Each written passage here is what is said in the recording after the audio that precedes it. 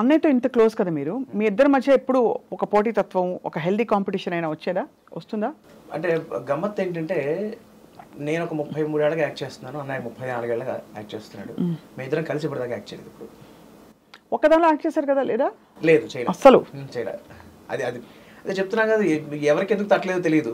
అంటే నేను సినిమాలు చేసిన మధ్యలో టీవీలో కూడా వచ్చాను, అన్నయ్య టీవీలో సినిమాలో కూడా వచ్చాడు, అందుకనే అడుగుతున్నాను ఎక్కడ అసలు. కానీ ఇద్దరు కలిసి ఇప్పటిదాకా చేయలేదు.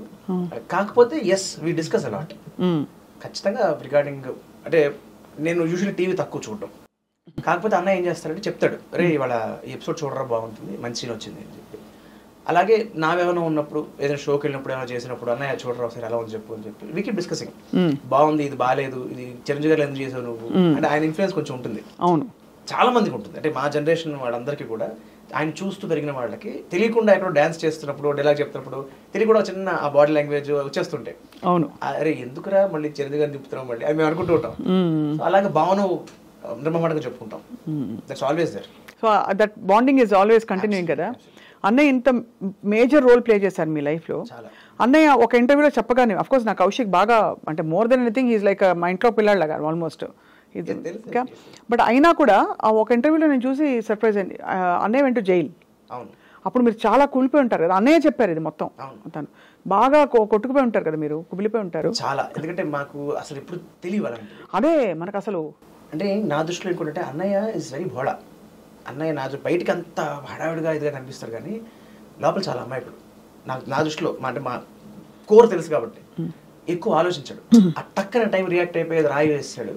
సో కొన్ని ఒక స్పర్ ఆఫ్ మూమెంట్లో కూడా చేసి చిన్న చిన్న మిస్టేక్స్ అంత దారి. అఫ్కోర్స్ భగవంతుడు పెద్దమే ఇదేమి కాంప్లికేట్ ఎక్కువ అవ్వలేదు, కానీ బట్ అలా వెళ్ళాడు అన్నది కూడా మాకు పెద్ద షాకే. నేను వెళ్ళి అన్నయ్య బయటికి రాగానే నేను మీడియా గిరి ఎవ్వరు లేకుండా చూసి కావాలని సీక్రెట్గా వేరే కార్ వేసుకుని ఇంకో ఫ్రెండ్స్తో ఒక కార్ తెప్పించుకుని కావాలని డైవర్ట్ చేసి బయటకు వచ్చాను. I don't want him to get exposed. కానీ చాలా it is a very difficult moment for a bright middle class family who has no clue about this kind of అసలు థింగ్ కదా. అది కూడా ఏంటి ఇంటెన్షన్ ఏంటి అని ఎవరికి అవసరం. ఇప్పుడు he's fighting for a cause. ఏంటి డబ్బింగ్ ఎక్కువ అయిపోతే కనుక మన ఒరిజినల్ టాలెంట్కి మనకు అవకాశాలు తగ్గిపోతాయి అనేది. అవును, అదే కదా. ఇంటెన్షన్ మంచిది, కానీ ఎక్స్ప్రెషన్ రాయి వేయడం తప్పే కదా. సో తప్పు అన్న దాని గురించి డిబేట్ చేయకూడదు. మా అన్నయ్య చేసింది కరెక్టే, రాయి వేసిన పర్వాలేదు అని అతను అనకూడదు, నేను అనకూడదు. ఏదేమైనా అంటే అవన్నీ మర్చిపోయి ఇప్పుడు అందులోంచి బయటకు వచ్చేసి చాలా హ్యాపీగా అన్నీ సెటిల్ అయిపోయాయి. బట్ ఆ టైంలో ఐ వాజ్ వండరింగ్, ఇప్పుడు ఎంత ఇన్సెక్యూర్గా ఉంటుంది లోపల చిన్న తమ్ముడికి. నాకు అమ్మకి అమ్మయ్యో అమ్మ చాలా అడిగిపోయాడు. కానీ మా ఇంట్లో ఒక స్థితప్రజ్ఞత అనే దానికి డెఫినేషన్ మా నాన్నగారు. I have seen him in కొండంత అండ డిఫరెంట్ సిచ్యువేషన్స్. అంటే కొన్ని సందర్భాల్లో నేనే ఆయన పొజిషన్లో ఉంటే నేను కదలకుండా ఉండగలుగుతానా అని నాకు నేను క్వశ్చన్ చేసుకుంటూ ఉంటాను. చాలా సందర్భాల్లో అంటే మేము మా నాన్నగారి గురించి చెప్తున్నాను కాబట్టి పొగుడుతున్నాను చెప్పట్లేదు, కానీ సమ్ క్వాలిటీస్ రాముడిలో కొన్ని లక్షణాలు ఉంటాయి. ఏంటి అంటే అక్కర్లేని వాటికి ఆయన కదలడు, ఆయన దీనికి కదలక్కర్లేదు అన్న దాన్ని కదిలిపోడు.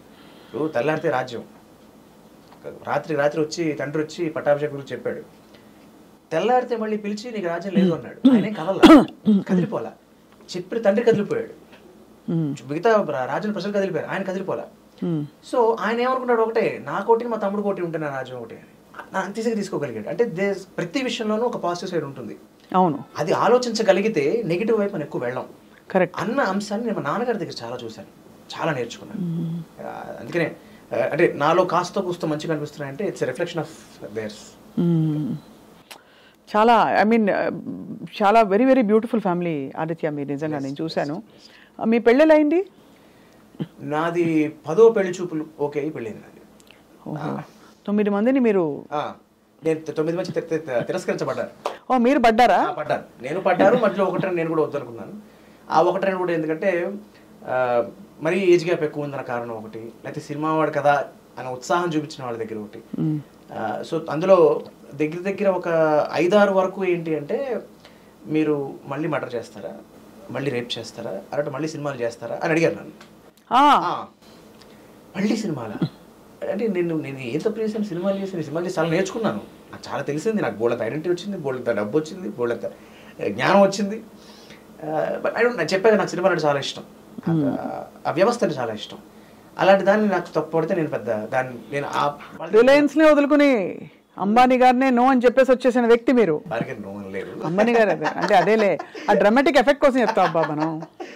అయితే ఆశ్చర్యం ఏంటంటే నాకు దొరికిన మావిడ కూడా ఆ టైప్ దొరికింది. ఎందుకంటే 10వ పెళ్లి చూపులు అయితే తను యూజువల్ నాకు అలవాటు అయిపోయింది. ఇప్పుడు నేను పెళ్లి ముందర ఫోన్లో మాట్లాడుకుంటాగా, ఆ మాటలు ఈ మాటలు అయిపోయాక నేను అడిగాను, ఏమంటే ఒక సినిమా యాక్టర్ని చేసుకుందాం అనుకుంటున్నాను, మరి మీకేమీ ఇబ్బంది లేదా? వాళ్ళకి అంత సినిమా సంబంధం లేదు, మా అత్తగారు మామగారు కానీ మా వైఫ్ కానీ ఎవరికి జీరో. వైజాగ్ అంటే తను అప్పటికి ఉద్యోగం చేస్తుంది, యాక్సిడెంట్లో వర్క్ చేస్తుంది. అంటే ఎందుకండి అంటే భయం అంటే ఏమిటి మీ ఉద్దేశంలో? ఓకే నాకు తెలిసి మేబీ ఒకటే ఉంటుంది, ఏంటి రేపు పొద్దున పెళ్లి చేసుకున్న తర్వాత నాతో ఉంటాడా లేదా నన్ను మోసం చేసి ఇంకో అమ్మాయితో వెళ్ళిపోతాడా? అవును, అదే కదా ఇన్సెక్యూరిటీ. అంతేగా అంతేగా. నేను ఒక సాఫ్ట్వేర్ కంపెనీలో పనిచేస్తున్నానండి. మా mother she's Telugu head of the department Satsai స్కూల్లో. మా నాన్నగారు ఇస్ అడ్వకేట్. మా తమ్ముడు స్టిల్ స్టూడెంట్. మా నలుగురు సర్కిల్స్లోనూ ఇలా పెళ్లి చేసుకుని భార్యని మోసం చేసిన భర్తను మోసం చేసిన భార్యలు ఉన్నారు. వాళ్ళు ఎవరు సినిమా వాళ్ళు కాదండి. So it depends upon the person but not the profession కదా అంది. అనగానే అక్కడ మోగింది గంట, టంగ్ అని మోగింది. ఎస్ మయ్యా ఇన్నాళ్ళకే నన్నుగా అర్థం చేసుకోగలిగే మా బావ ఒకడు ఉన్నాడు, మా మేనబావ ఒక అబ్బాయి అనమాట. Is very close friend of my. వాడి మీద జోక్ వేస్తుంటాడు, బావ నీకు చాలా ట్రెడిషనల్లీ మోడర్న్ అమ్మాయి, మోడర్న్లీ ట్రెడిషనల్ అమ్మాయి కావాలని అని చెప్పి. అదేమిట్రా అంటే నీ ఆలోచనలన్నీ చాలా ట్రెడిషనల్గా ఉంటాయి, నువ్వు ఉండడం మాత్రం చాలా మోడర్న్గా ఉంటావు, నువ్వు ఇట్స్ వెరీ రేర్ కాంబినేషన్, నువ్వు చాలా నీకు దొరకడం కష్టం, రావు పట్టాను పెళ్ళి నీకు అంటూ ఉండేవాడు. అలాంటిది లక్కీగా అలాంటి అమ్మాయి దొరికింది. And she watches your films? Yes, obviously. And she's very clear. పని ఏంటి అది పని. ఇప్పుడు నేను పెళ్ళైన తర్వాత కూడా కొన్ని రొమాంటిక్ సీన్లు చేసిన ఉంటాయి కదా, ఏమి ఇబ్బంది లేదు. అంటే she understands what is what. అది నేను ఏం చేసినా అది నా డెసిషన్, అది నా వృత్తి అంతే. ఒక 100 మంది అమ్మాయిల మధ్య వెళ్ళిపోయి మా ఆయన ఏం చేయడు పాపం, అమ్మాయికి ఫీల్ అవుతుంది. కానీ how is it conducting your self అంటే ఇన్ ద ఇండస్ట్రీ మీకు చాలా అంటే బోల్డ్ మంది అమ్మాయిలు, తర్వాత మద్యం, ఇవన్నీ normal part of life. And without being any judgemental at all, how do you handle your self? Mingle అవ్వకపోతే ఇబ్బంది. మింగిల్ అవ్వకపోవడానికి ఏం లేదు. నేను ఎవరి దగ్గరికి వెళ్ళినా, ఫర్ ఎగ్జాంపుల్ ఒక ఎక్స్ ఉన్నారు, నేను ఆ ఎక్స్తో ఒక పరిచయం పెంచుకుంటాను, వాళ్ళతో స్నేహం చేస్తాను, వాళ్ళతో పార్టీలకు వెళ్తాను తప్ప వాళ్ళ జీవితాల్లోకి వెళ్ళిపోను. I don't interfere in their lives. అంతే. I involve to the extent what is required. అంతే అంతే. తామరకు నీటిబొట్లాగా వెళ్తాను, ఉంటాను, టైం స్పెండ్ చేస్తాను. అది ఒక పార్టీ అవ్వచ్చు, లేకపోతే ఫంక్షన్ అవ్వచ్చు, లేకపోతే మీటింగ్ అవ్వచ్చు, వాట్ ఎవర్ ఇట్ ఇస్. ఎంతవరకు అంతవరకే. I have my own boundaries. అవి దాటనంత వరకు సమస్యలు రావని నా అభిప్రాయం. వస్తే గట్టిపడతాను, ఏముంది.